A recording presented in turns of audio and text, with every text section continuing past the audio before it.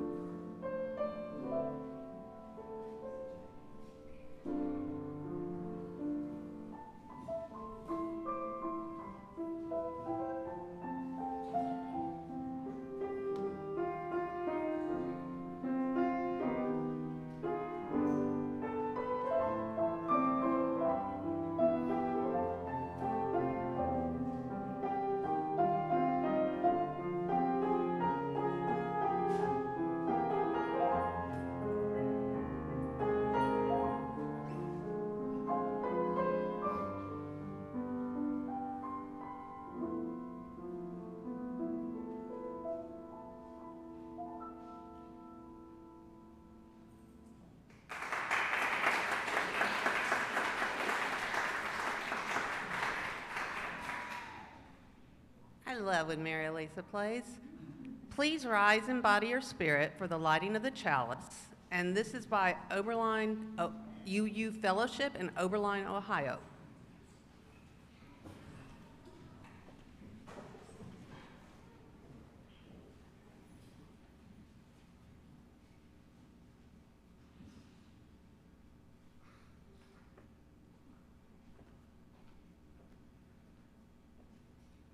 We light this chalice to find inner peace, love for each other and faith in ourselves, and also to be a welcoming to whoever we meet and kind to all living creatures. So gather around this light of hope as we share this time together. And in the spirit of inclusivity and welcome, please greet folks around you, especially those you might not recognize. Folks online, greet each other in the chat.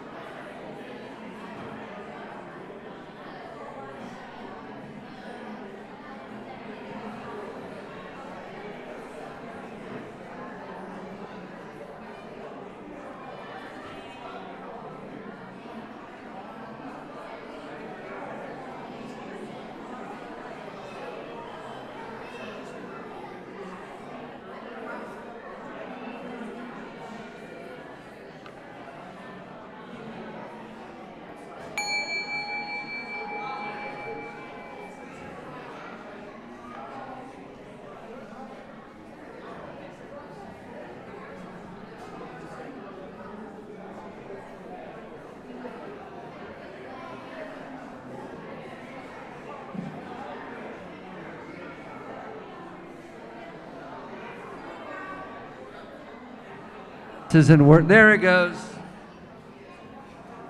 Please rise as you are able for our first hymn, number 1 in the hardcover hymnal. Number 1, May Nothing Evil Cross This Door.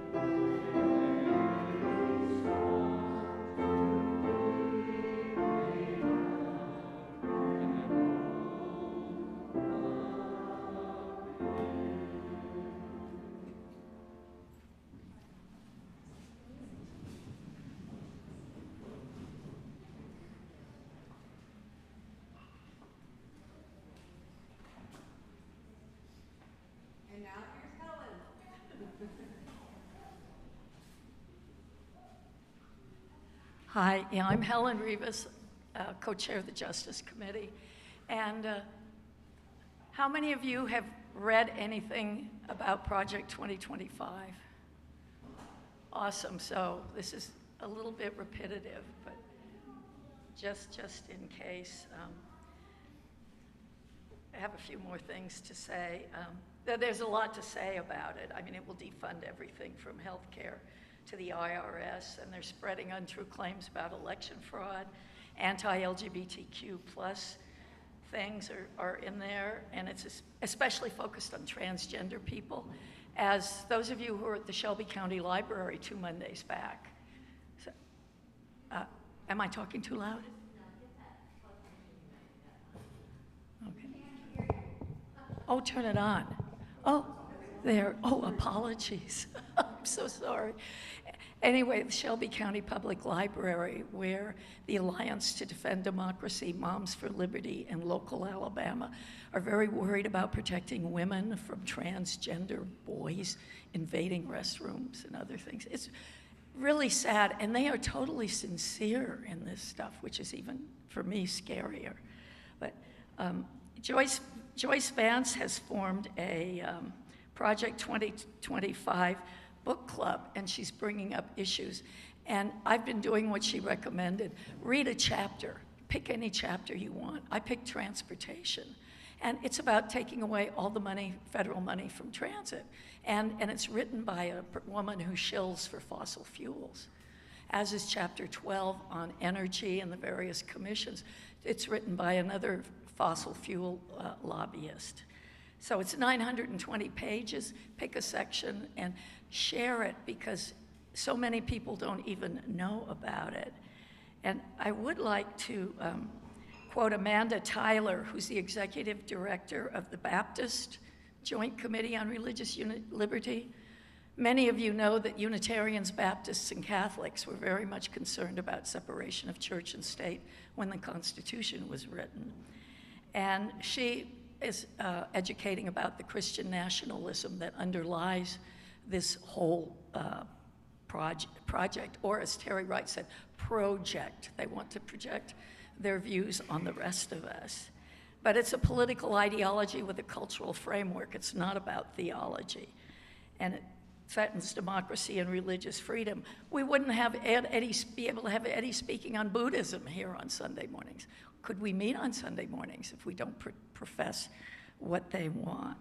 So anyway, get involved, read about it, register to vote, get people to, most of you are, I mean, I'm preaching to the choir, but let's really take this on and make sure people understand what it is about. Thank you.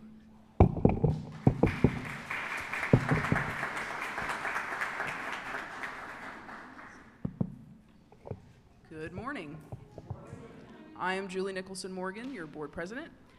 Our church is supported by those who call our church home and by those who support the efforts of our church to change our world for the better. If this is your first time with us, please pass the plate. We are just glad that you're here.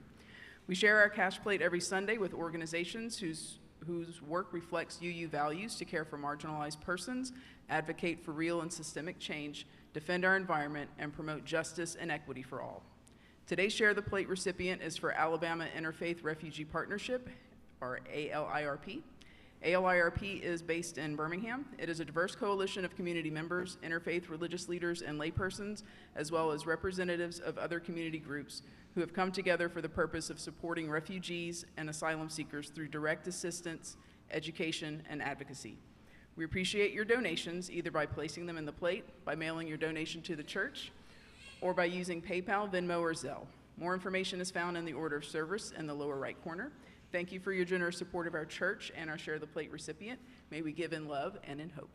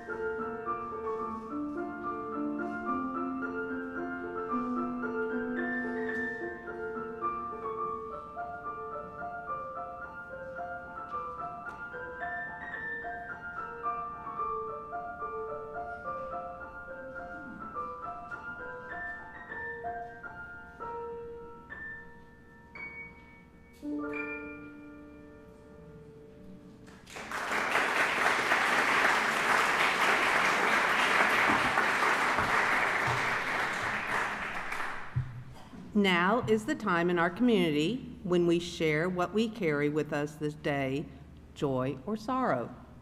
For those of you online, please share yours in our online chat. And remember to hold others by placing parentheses around their name. For those of you here today in person, you're now invited to come forward and drop a stone in honor or in memory of what is on your heart today. Please come forward.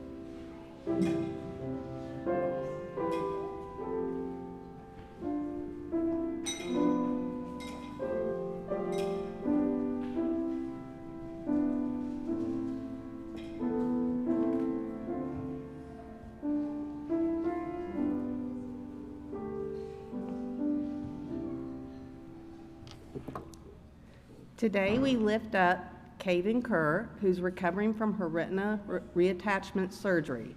And I was told last night that she's doing well and she's still healing. May we keep one another in our hearts and minds in the spirit of community and love. Please join me in the spirit of prayer and meditation, followed by a moment of silence. Our meditation this morning was written by Alandra Williams. Put your feet down, because we're about to do embodiment. Close your eyes. Breathe in, breathe out. When you hear the word liberation, liberator spirit, liberator life, liberator possibilities, what does that conjure in your soul? When you hear we are the liberating force, spirit, light, and love, what does that conjure in your spirit? When you hear that we have the power to transform the world around us, what does that mean in your bones?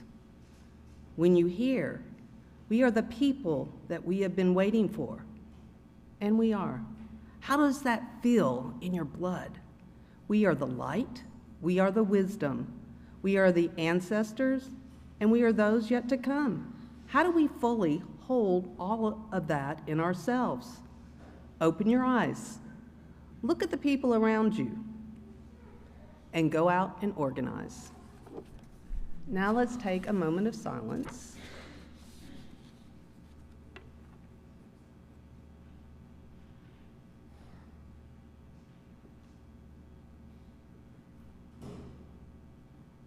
Make it be so.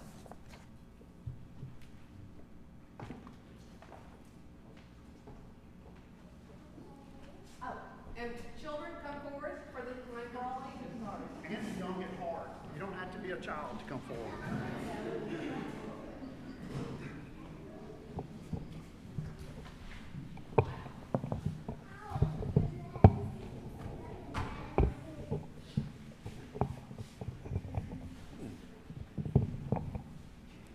Well, good morning, y'all. How are y'all doing? Good. Can y'all hear me fine out there? Well, now you can, I guess. Have y'all ever heard about the religion called Buddhism? Yeah. Well, there's this branch of Buddhism called Zen Buddhism, and it's started in China, went to Japan, it's Vietnam, and now it's all over the world. But Zen was known for having some great stories. So I'm going to tell you a story today, or read a book.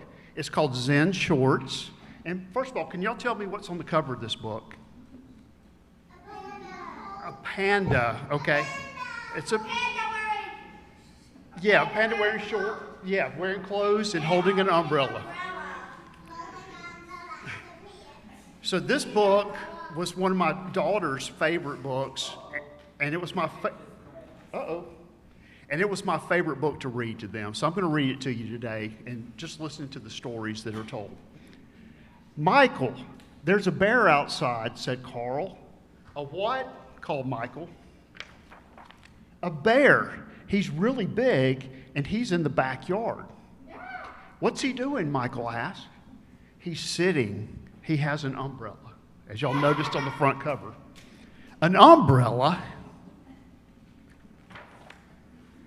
By the time the boys got outside, their sister Addie was already talking with him. I'm sorry for arriving unannounced, said the bear. The wind carried my umbrella all the way from my backyard to your backyard. And I thought I would retrieve it before it became a nuisance. He spoke with a slight panda accent. Michael introduced himself. Then Addie introduced Carl, but Carl was shy around bears he didn't know. And this is how Addie, Michael, and Carl met Stillwater. The next day, Addie went to have tea with Stillwater. Hello, Addie said as she stepped inside. Come in, a faraway voice called. Then she heard the voice say, oh yes, come out, come out. Stillwater was in the backyard. He was in a tent. This is a birthday present for my Uncle Rye, Stillwater said. He always gives presents on his birthday to celebrate the day he was born. What do you think about giving presents to other people on your birthday? I like it so much that I'm not staying in my house right now. Stillwater invited Addie to sit with him. You brought me some cake, said Stillwater. That was very nice of you. Is it your birthday? He asked. No, said Addie. It's not mine either, said Stillwater. But let me give you a gift for my uncle's birthday. I will tell you a story.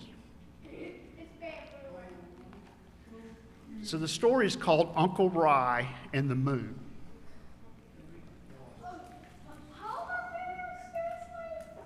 That's kind of what it looks like as a polar bear. I think you're right. My Uncle Rye lived alone in a small house up in the hills. He didn't own many things. He lived a simple life. One evening, he discovered he had a visitor. A robber had broken into the house and was rummaging through my uncle's few belongings. The robber didn't notice Uncle Rye, and when my uncle said, hello, the robber was so startled he almost fell down. My uncle smiled at the robber and shook his hand. Welcome, welcome. How nice of you to visit. Is that what you're usually going to say to a robber? The robber opened his mouth to speak, but he couldn't think of anything to say. Because Rye never lets anyone leave empty-handed, he looked around the tiny hut for a gift for the robber. The robber's this raccoon down here. The robber began to back towards the door. He wanted to leave. At last, Uncle Rye knew what to do. He took off his only robe and was old and tattered. Here, he said, please take this. The robber thought my uncle was crazy. He took the robe, dashed out the door, and escaped into the night. My uncle sat and looked at the moon, its silvery light spilling over the mountains, making all things quite beautiful. Poor man, lamented my uncle. All I had to give him was my tattered robe. If only I could give him this wonderful moon. It's pretty long. I didn't realize it was so long until I looked at it a few minutes ago. Your uncle sounds nice, said Addie, but I don't think I could have given away my only robe. I know how that is, said Stillwater, but there's always the moon. That was a good story, said Addie. Thank you, said Stillwater, and this is a good cake. Thanks, said Addie. I made it myself. The next day, Michael went to see Stillwater. Here I am, Stillwater called from the tree. Can I come up? Asked Michael. If you were careful, said Stillwater. Yeah, there he is up in the top of the tree. What if we could fly, said Michael. We could cast shadows on the clouds, said Stillwater.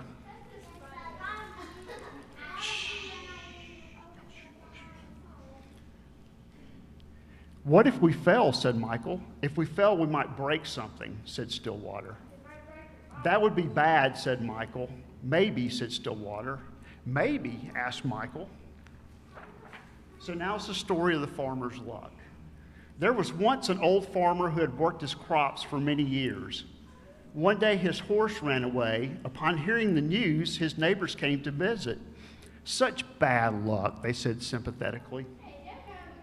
Maybe, the farmer replied. The next morning the horse returned, bringing with it 2 other wild horses. Such good luck, the neighbors said. Maybe, replied the farmer. The following day, his son tried to ride one of the untamed horses, was thrown off, and broke his leg. Again, the neighbors came to offer their sympathy on his behalf. Misfortune. Such bad luck, they said. Maybe, said the farmer. The day after that, military officials came to the village to draft young men into the army to fight in a war. Seeing that the son's leg was broken, they passed him by. Such good luck, said the neighbors. Maybe, said the farmer. I get it, said Michael. Maybe good luck and bad luck are all mixed up. You never know what will happen next. Yes, Stillwater agreed. You never know. I'm going to skip to the last story.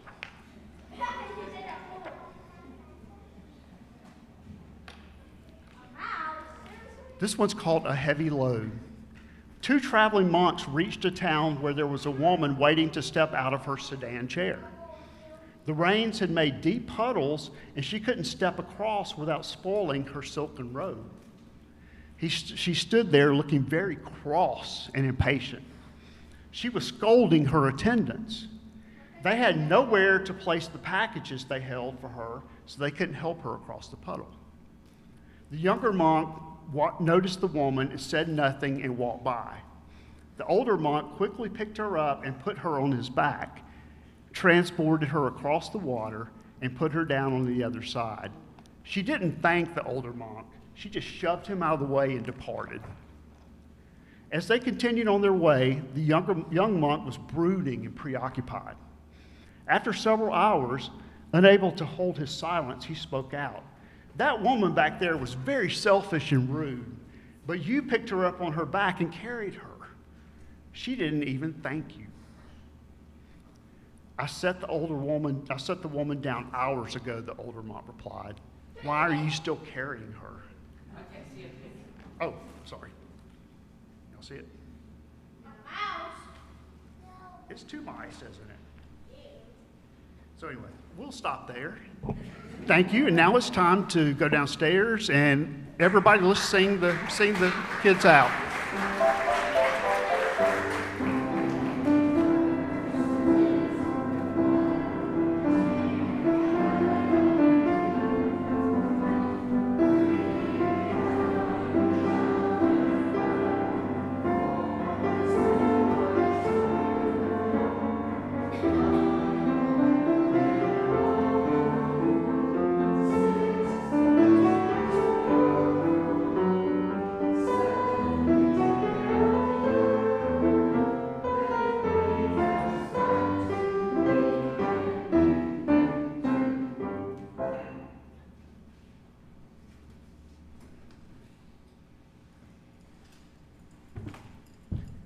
I had to ask if it was my turn.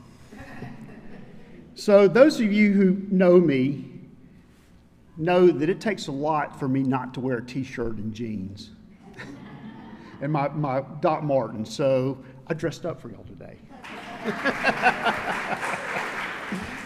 All right, so today I'm going to talk about the Bodhisattva path of compassion and wisdom.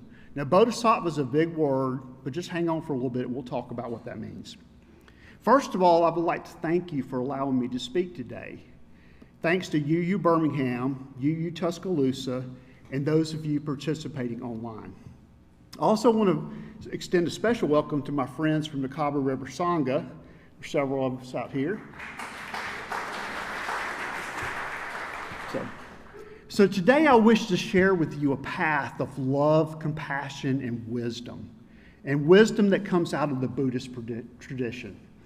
Those of you who know me know that I've been a spiritual seeker for years, and I've explored Buddhism, Judaism, Christianity, Hinduism, Taoism, paganism, etc. But recently I've settled down into the Plum Village tradition of Buddhism. This is the tradition started by the Vietnamese Zen master Thich Nhat Hanh, who y'all may have heard of. So today I want to talk about the Buddhist Bodhisattva path of compassion and wisdom. It is a story of how a person can move past a self-focused life into a life of love and compassion for others, and a life of service to other beings, including humans, animals, plants, and minerals. Before I discuss this, I would like to talk about something I recently read in a book by a Christian writer named Brian McLaren, and the book is called Faith After Doubt. He lays out 4 stages of faith, or as I prefer to call them, because I know faith sometimes not a word people want to hear, the stages of spiritual development. Even though McLaren writes from a Christian point of view, these are meant to apply to all spiritual paths. And to me, that includes agnosticism and atheism, and not just that of Christianity. You may recognize yourself or others in one of these stages. And note that we may cycle through these stages again and again as we learn and grow. The first stage is simplicity, where spirituality is straightforward and often adheres to clear rules and standards and beliefs. It is characterized by certainty and simplicity. People in this stage tend to rely on authority and a literal interpretation of scriptures, and to see things in black and white or in absolutes. The second stage is complexity, where people's faith begins to become more nuanced. Doubts may arise, as well as an openness to different views and seeking wisdom beyond a superficial understanding. The third stage is perplexity, where doubt and uncertainty clearly arise. And I spent a long time in perplexity. People in this stage may have periods of intense questioning and spiritual crises. They may wrestle with apparent conflicts in their faith and even transcend dogma. This is a stage of questioning their faith or spirituality. This wrestling can be quite painful, speaking from experience. Now, the fourth and final stage is harmony, where a person's spirituality finally reaches a place of integration. Doubt and a belief exist side by side. Love, compassionate action, and a sense of openness become central. People at this level may experience a sense of oneness or non-duality with everything. They find connections, see things whole, and focus on inclusion and transcendence. Spirituality in this stage is a humble, reverent openness to mystery that expresses itself in non-discriminatory love. Now, as a persistent seeker, I have been through the first 3 stages, definitely. What I want to now is to enter the 4th stage, where my spiritual beliefs play out in love, compassion, and wisdom. I would guess that most of us would want the same thing for ourselves. So my seeking has been driven by an attempt to find the path that would best lead me to the final stage. McLaren notes that most religions offer a path of love, compassion, and wisdom. The specific paths I want to tell you about today is the Bodhisattva path and the Mahayana Buddhism, and I'll spare you all the details on that. Please understand that as I explain this, I am in no way saying that I'm already there. I'm not. But I see this as an aspiration for my life, spiritual and otherwise. Also, I'm not trying to proselytize or convert you to Buddhism. Even though I'm focusing on Buddhism, the principles of compassion, love, and wisdom can be applied in pretty much any religion to lead you to stage 4. So first of all, let's do an etymological exercise. Bodhi, B-O-D-H-I, means awake, and sattva, S-A-T-T-V-A, means being. So bodhisattva means an awakened being. A bodhisattva is a person who embodies love, compassion, and wisdom on the path to enlightenment. Instead of focusing on enlightenment for themselves, they work to free countless others from the path of suffering. In many Buddhist traditions, practitioners take the bodhisattva vows when they are ready to embark on this path. So the Soto Zen version of the 4 bodhisattva vows is, beings are numberless. I vow to free them. Delusions are inexhaustible. I vow to end them. Dharma gates are boundless. I vow to enter them. The awakened way is unsurpassable. I vow to embody it. Now, I would love to spend an hour or two unpacking that, but I'm not. Obviously, y'all don't want to hear that. So I'd like to focus for a minute on the first vow. Beings are numberless. I vow to free them. The concept that beings are numberless is a profound idea. It reflects the vastness and interconnectedness of existence. The universe contains us, and we contain the universe with all the beings in it. From what does the bodhisattva vow to free the beings? The answers vary, but I like to think of it as freeing them from suffering, ignorance, hatred, and self-centeredness. Our challenge as spiritual beings is to alleviate suffering in the world, including the suffering of war, poverty, racism, sickness, and other oppressions. Extended beyond humanity, because it just doesn't stop with humanity. It just doesn't stop with plants and animals. It extends to alleviating sufferings of the earth and the climate, as well as plants and animals. So what are the key characteristics of a bodhisattva? The first is compassion. Bodhisattvas have immense compassion for all beings. They work tirelessly to alleviate suffering and to promote well-being. Here are some of the reasons why bodhisattvas embody compassion as a fundamental aspect of their spiritual path. Also, listen to this list, even though you might not pursue being a bodhisattva, as things you can do to increase your own compassion. Note that compassion is a skill that we can develop through consistent practice. It's not one of those things you're born with it or you're not born with it. We can develop it. You don't have to be a bodhisattva or even a Buddhist to put these ideas into practice. So first of all, bodhisattvas recognize the interconnectedness of all beings. Thich Nhat Hanh calls this interconnectedness inner being. If I look deeply at a rose, I can see that it is made up of non-rose elements, such as sunshine, water, soil, maybe a gardener, and stardust. So the rose has inner being with all those elements, essentially inner being with the universe. The same is true for human beings. We are made up of our ancestors, both our family and spiritual ancestors, the sun, stardust, water, and so on. We too have inner being with the universe. Everything in the universe is tied in with everything else in the universe.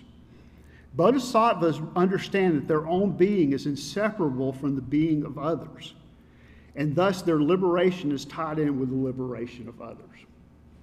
Compassion arises from this deep awareness.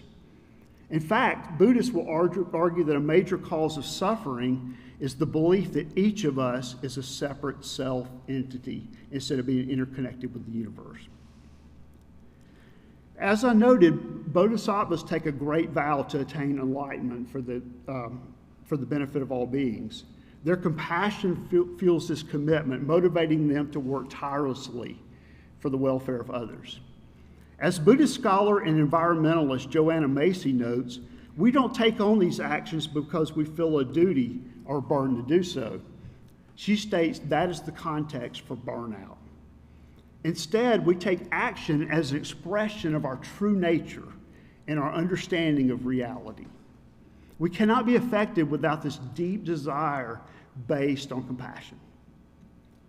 Bodhisattvas also truly listen to others without interrupting or judging. They work to understand the feelings and experiences of others. Compassion grows when we connect deeply with each other's emotions. I've heard it said that without understanding, there's no love, and without love, there's no understanding. So you really have to understand a person to truly love them, and you have to truly love them to want to understand them. We must patiently take the time to understand others so we can love and care for them better.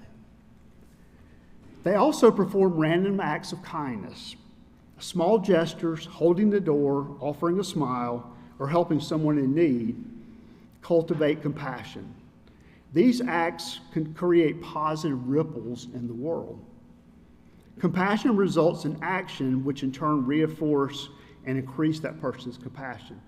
So you have some compassion, you do an act, and now you have more compassion. That's how it grows, is through performing acts. They reflect on how all beings share the same desire for happiness and freedom from suffering. Just like we do, all beings want to be happy and free from pain. Once we empathize with that desire, we can better understand the needs and desires of others. Bodhisattvas volunteer or contribute to causes that resonate with them. They engage in mindful compassion, where during meditation and daily life, they intentionally cultivate compassion. Imagine sending love and healing to those that suffer. In this vein, there's a practice called metta meditation, and we're going to do a short metta at the end of the service. So let's return to the other characteristics of bodhisattvas. Bodhisattvas generate what is called bodhicitta. Essentially, bodhicitta is the aspiration to awaken for the benefits of all beings. So it's not just so I can be enlightened, it's so that I can do this, help all beings get to enlightenment. It combines wisdom, which is understanding the true nature of reality, with compassion. There's an incentive to meditate, study, and look deeply at the world to obtain a true understanding of reality. Much of the world looks at the world through a veil of ignorance, which leads them to view the world as a place of war, competition, hostility, and anger. When we get a better understanding of reality, we will move away from materialistic and external pursuits to obtain meaning in our lives and move towards a life of compassion and more spiritual pursuits. Bodhisattvas also cultivate values known as paramitas, in which the 6 of those are generosity, discipline, patience, and what patience, we say, is the ability to remain unperturbed by external circumstances, which is very hard, diligence, meditative concentration, and wisdom. These virtues guide the training of a bodhisattva. Bodhisattvas also exemplify spiritual heroism. They courageously strive for awakening, driven by their compassion. They will also go well beyond normal expectations in alleviating suffering and pain from the lives of other beings. Finally, bodhisattvas will embody what in Buddhism is called the 4 immeasurable minds: love, compassion, joy, and equanimity. Now, we've already talked about love and compassion a bit. The joy that is mentioned here is the joy in the joy of others. So we should rejoice when others gain happiness and peacefulness, as well as when the suffering of others is alleviated. And now equanimity is a quality of strength that allows a person to remain calm and steady regardless of external circumstances or emotional upheaval. And let me tell you, I'm a long way from that. Equanimity allows us to face all experiences regardless of whether they are pleasant, unpleasant, or neutral. So as we broaden our hearts and open them up to more and more sentient beings, we are better able to deal with the suffering in this world. Thich Nhat Hanh uses an example. So I have this glass of water. Now let's say I take about that much salt and put it in there and drink it.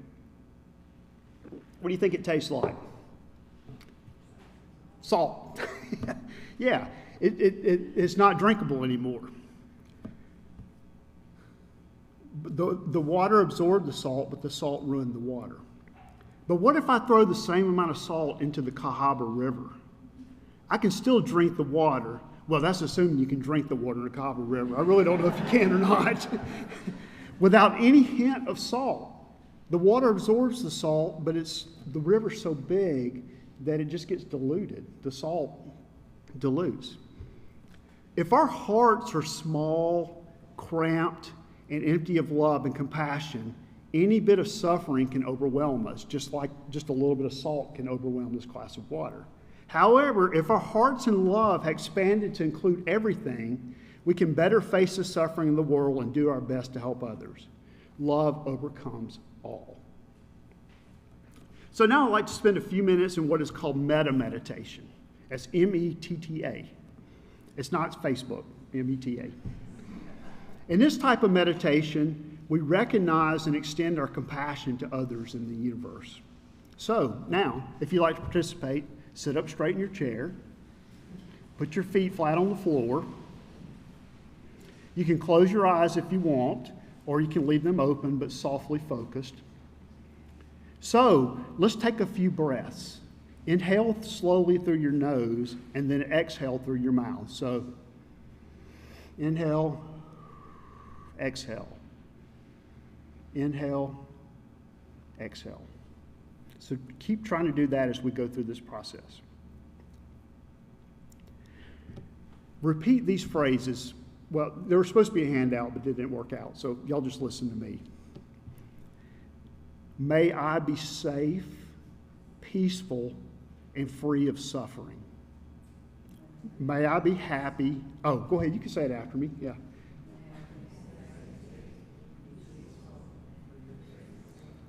May I be happy. May I be healthy.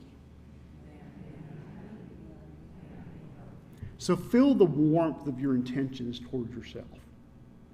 Now let's think of someone you care about, a friend, family member, mentor, anyone, and repeat these phrases for them.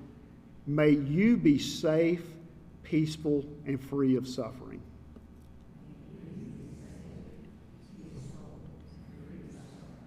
May you be happy.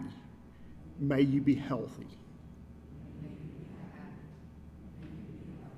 And just imagine sending positive energy to them. Now let's expand this a little further. Next, consider someone neutral, a stranger you've seen or interacted with, like a barista in a coffee shop or a cashier in a grocery store. And let's repeat those phrases for them as well. May you be safe, peaceful, and free of suffering.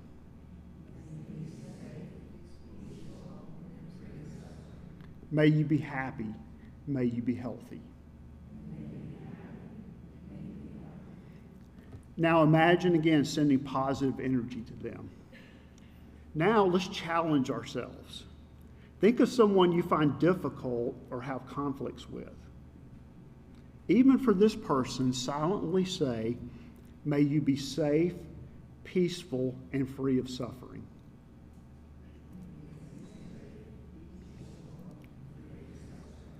May you be happy. May you be healthy. Again, extend positive energy to them. Finally, let's extend metta to all beings. May all beings be safe, peaceful, and free of suffering.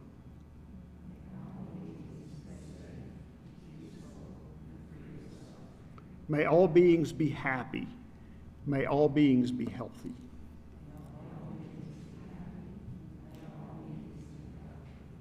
Now, just sit quietly for a few breaths, feeling the positive energy you've generated.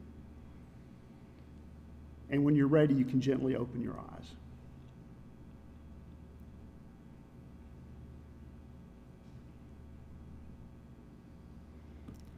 So let's remember, meditation is about cultivating kindness and compassion. You can adjust the phrases to resonate with your feelings. Practice regularly, and over time you'll notice its positive impact. So in closing, I'd like to emphasize the need for loving and compassionate people in this suffering world. Examine yourself and find a path that can lead you to stage 4 of spiritual development if you're not already there. As I mentioned earlier, the Bodhisattva path is just one of an endless number of spiritual paths that can take you there. It is only through a life of love and compassion that we can bring others to peace and joy and alleviate the suffering in their lives. May you be safe, peaceful, and free of suffering. May you be happy. May you be healthy. So be it.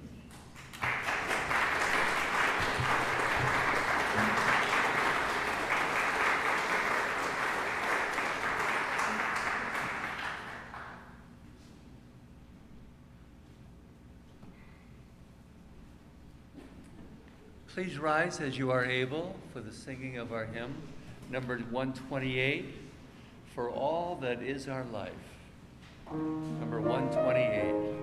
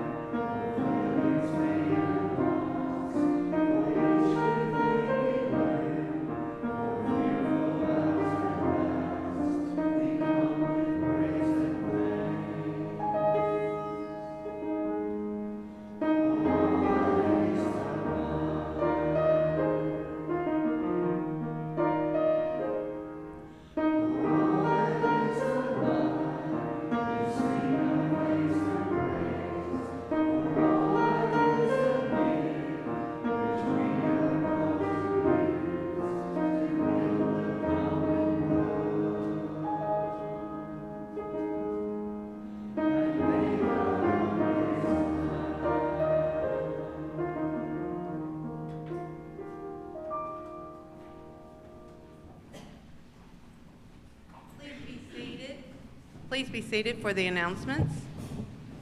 We appreciate your attention to this morning's announcements and encourage you to fill out your connection card with your interest. Election Day is July 16th, and we need polling place volunteers. Please contact Kim in the office if you can assist. Do you need help accessing the directory? Contact Kim in the office. The Justice Committee meets the second Sunday of the month, and that's today, in the library following the service. The current sanctuary art, The Light Within by Dariana Dervis, will be coming down in, I don't know if it's a week or a few weeks. Anyway, but it's coming down.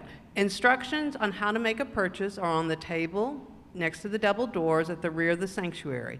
You may take your artwork at the time of purchase. Monday, July 15th, tomorrow, at 6 p.m. in the sanctuary, there is a Climate Justice Summit. The Environmental Task Force will be hosting Laurel Esposito from Energy Alabama and Kyle Kreider from Alabama Interfaith Power and Light. The Environmental Task Force meets every first and third Sundays in the library at 11:30. Book Club on Repentance and Repair by Danya Ruttenberg will meet in the library, and that's Tuesday, September 10th at 10 a.m. and then at 6 p.m.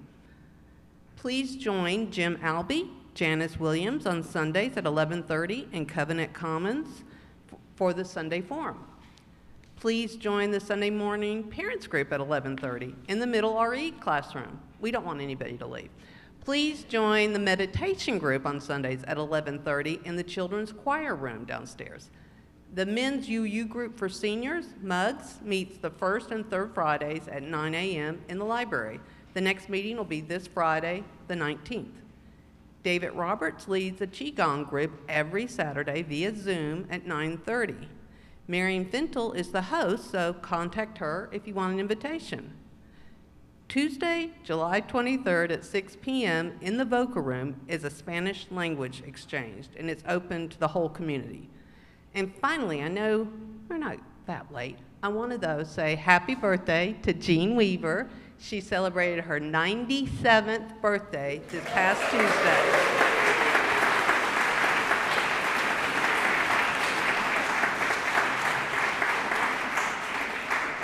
Now, I know we have some special announcements, so come on forward if you have a special announcement.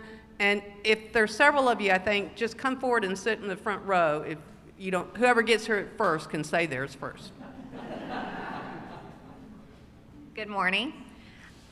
On behalf of Kylie Kerr, I wanted to announce that Circle Suppers are starting back up soon, and there will be an email in your inbox to sign up for that, and we're looking for 16 pairs. So it can be couples, or you and your best friend, or you and someone you don't know very well here at church that want to attend the Circle Suppers together. Next Sunday, we will have a speaker here as well as an art exhibit from the Hope to Abolish the Death Penalty project. The exhibit is called The Art of Resistance, and it is art from Alabama's death row inmates.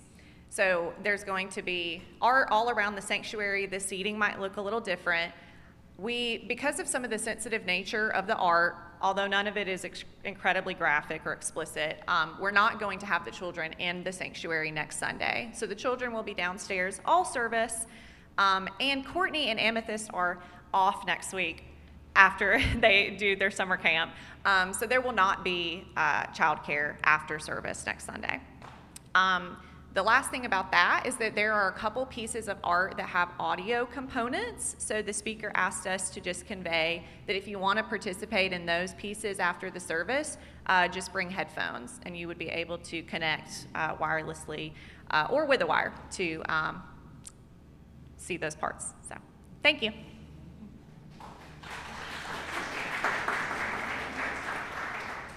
And just a couple of other announcements from the Justice Committee. The Justice Committee has a couple of other announcements. For anyone who wants to participate in Get Out the Vote efforts this cycle, I did want to let you know that this Wednesday evening from 6 to 7:30 at Highwire Brewery, that's in the 2900 block on 4th Avenue South, Hive organization is promoting a postcard writing opportunity, and we'll be focusing on our newly drawn House district in Alabama. League of Women Voters is providing thousands of postcards to help get out the vote in the new district, and hoping that we can keep our Democratic election or elected official there. So if you'd like to participate, please come this Wednesday evening at Highwire Brewery, 6 to 7:30, and you can get on the list for other postcard writing and other opportunities for Get Out the Vote efforts throughout the coming months. Also, as was mentioned, the Justice Committee will be meeting after the service. Stan Johnson from Arise, Alabama, will review last year's legislative decisions and what they imagine we need to be focusing on for next year. And if anybody wants to have any follow-up discussions about what's it called again? About Project 2025, we're open for those discussions as well. So I hope to. And if anybody needs a copy of, wants to read 2025, send me an email and I'll send you a link.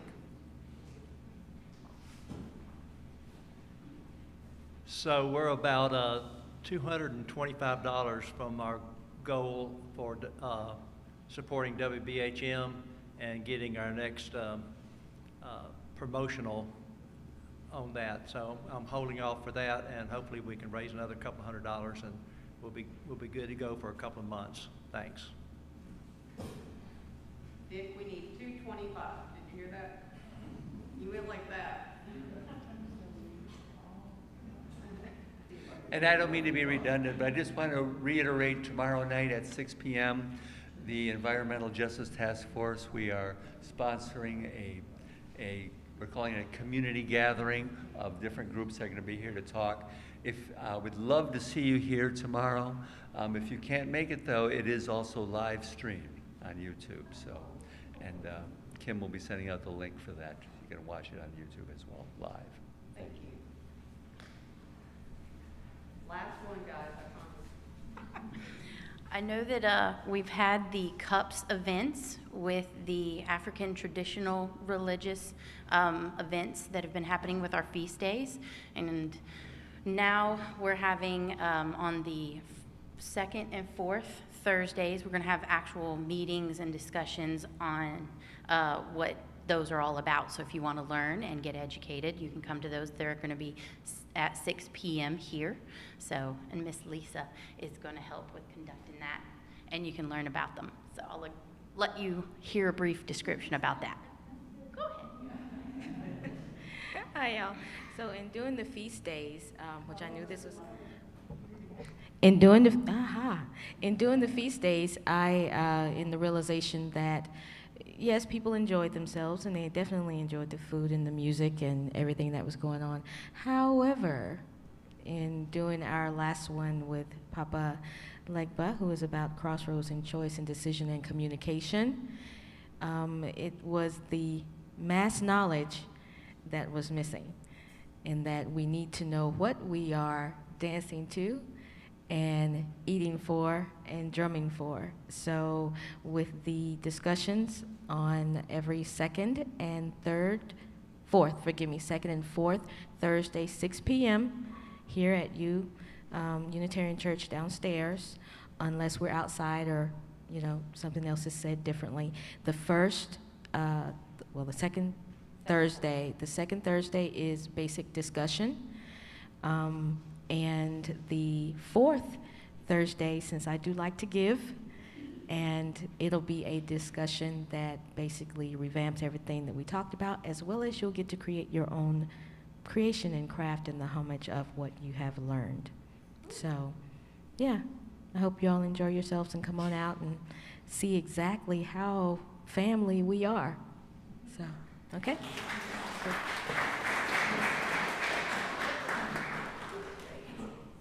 Please rise for extinguishing the chalice.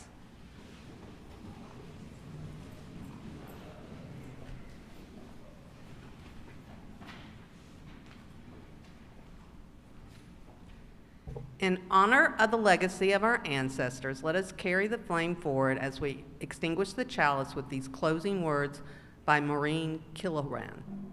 We extinguish this chalice flame, daring to carry forward the vision of this free faith, that freedom, reason, and justice will one day prevail in this nation and across the earth.